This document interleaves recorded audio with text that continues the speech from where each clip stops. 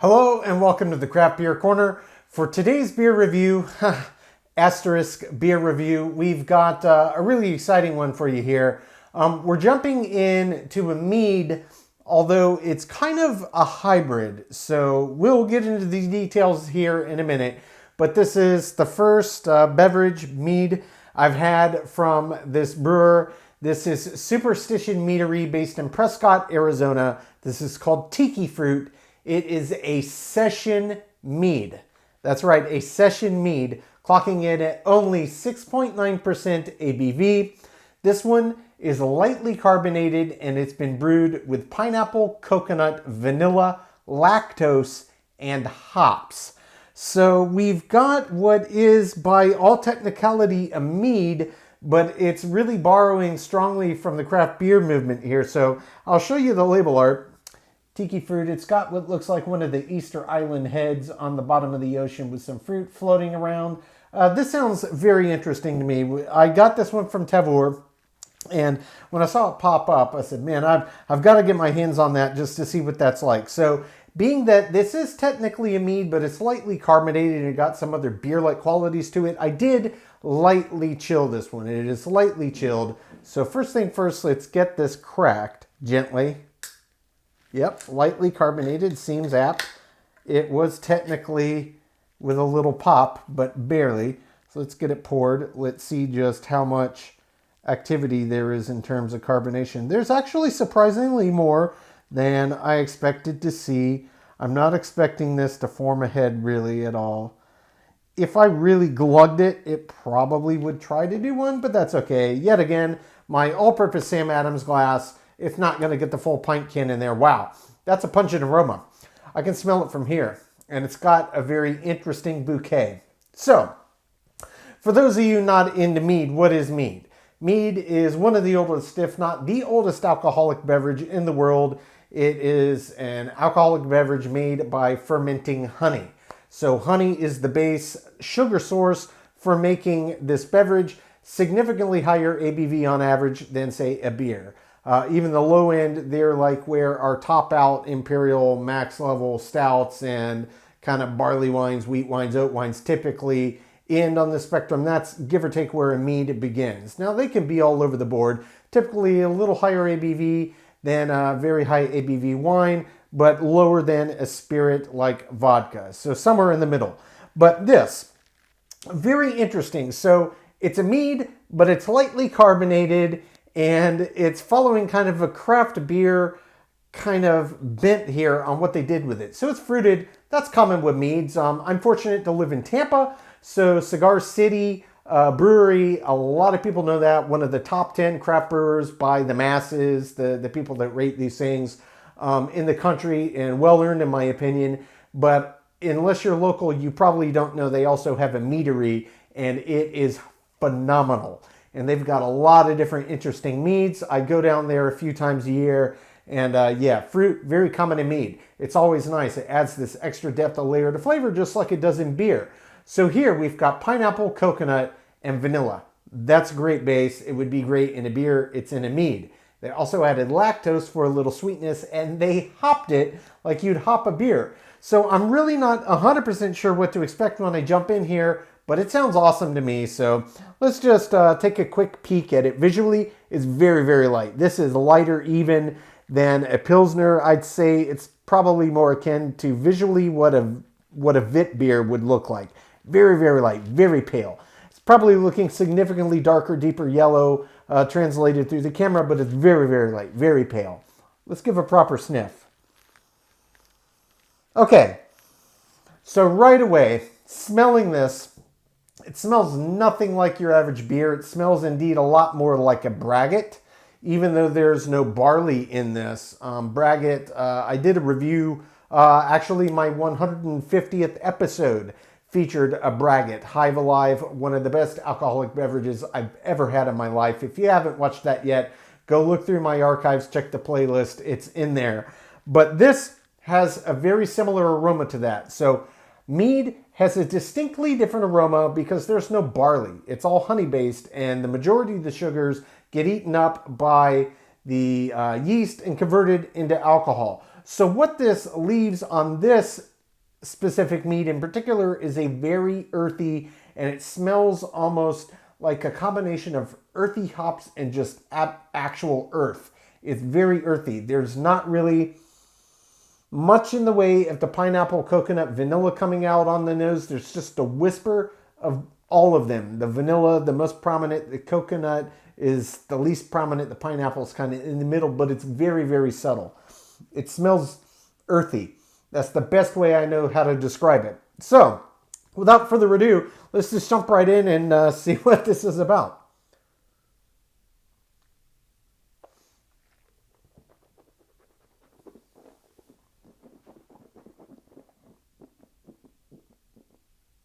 Oh.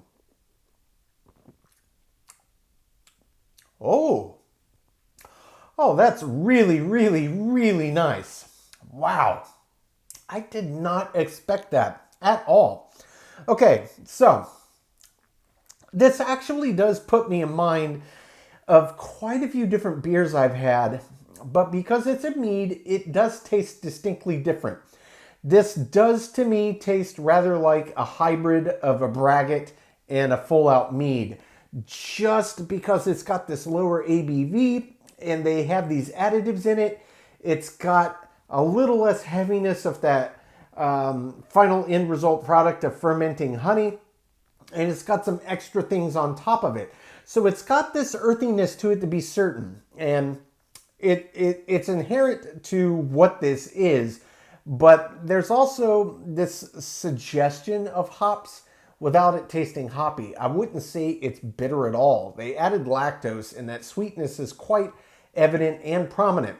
And really, the added ingredients, even though they were very, very just light on the nose, really translate directly into the glass. It's very prominent pineapple, coconut, and vanilla, and that underlying honey sweetness, which you can actually taste this honey-like quality. Even though it's been fermented out, they added the lactose, so that underlying inherent flavor, it adds that sweetness back, and it kind of comes to the forefront. So this is a really interesting and very smart kind of move for, experimenting with the mead. I gotta say, I'm very pleasantly surprised, and I'm a big fan of this. Now, session mead. Just like we have session IPAs, session this, session that, this is session made 6.9. That might be kind of the high average range for a normal IPA, which is significantly higher than, say, your standard lager. But for a mead, that's extremely low on the ABV spectrum. So they're calling it a session. I think, they might be onto something here. This is very clever, very unique. I've never seen anything like this before. Out of the gate, I can tell you I'm a fan. I'm going to jump back in. I got to think about the body and mouthfeel. Meads do tend to be a lot heavier than your average beer. They're like a big imperial stout is going to be a lot more akin. Honey is obviously a big, heavy, thick, viscous thing. But being that this is session, I don't know. We'll see. I'll jump back in. I'll explore the flavor development a bit more, think on how it actually finishes out, and we'll wrap this up. Very tasty, guys.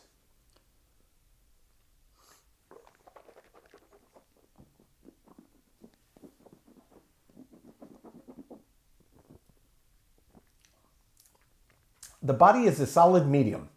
Most meads are a little heavier than that, but this is a session mead, so I guess it's where I expect it would be. The mouthfeel is only a little bit less resistant than your average meads. Meads do tend to have a little thicker, a little more resistant mouthfeel than your average beer, but they're not over the top. It's not like drinking syrup.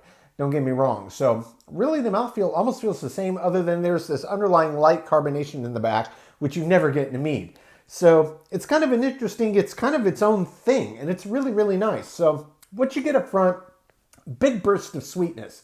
There's pineapple and there's honey from the underlying fermented honey. And then the vanilla really comes through quite strongly. Coconut comes through on the back, and it's almost like candied coconut, or like in a dessert that has, butter and sugared coconut. So it really brings out the sweetness of it because of that lactose. So it really comes in quite nicely. There's this underlying subtle earthiness on the back, and it's probably a mix of coming from just the drink itself as well as the underlying hops, but it's not bitter. It doesn't have any kind of real hop sense. It's much more on the nose than what's translated in the profile, other than the very back end of the finish. The finish is not super long, but it is definitely longer than your average mead. And it really is coming down to, they've got all these other added ingredients, and it's quite pungent in what it brings forward. And it's just kind of that sweetness keeps those flavors alive. Where it ends, it's this combination that is coconut and almost like salted butter. It's almost like some kind of coconut cake with caramelized condensed milk on top. That's kind of how it finishes. It is really, really decadent and truly, truly delicious. I am a big fan of this. I'm going to take my time, sip on this, come up with my scores as best as I can, and when we come back, I'll get this one ranked from top to bottom.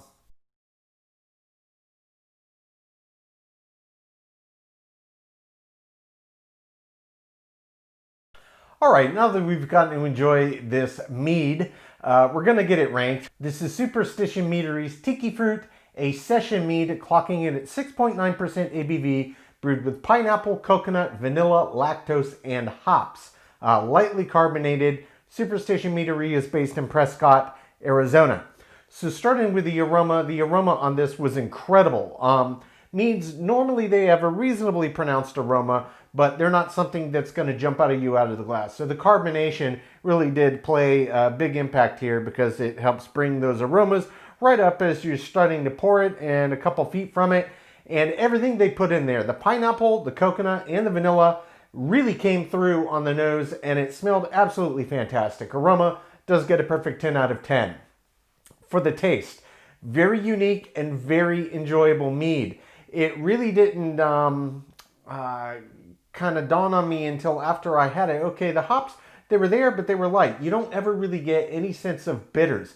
This had this underlying earthiness to it. It was subtle, but it was a nice addition. And being that they lightly carbonated, which also is not typical practice for a mead, I think it really paired well together. So they're kind of taking this craft beer bent and interpretation on what a mead can be, and I think it absolutely worked. Everything they put in there had its own voice. It was absolutely delicious. Still truly a mead at its heart.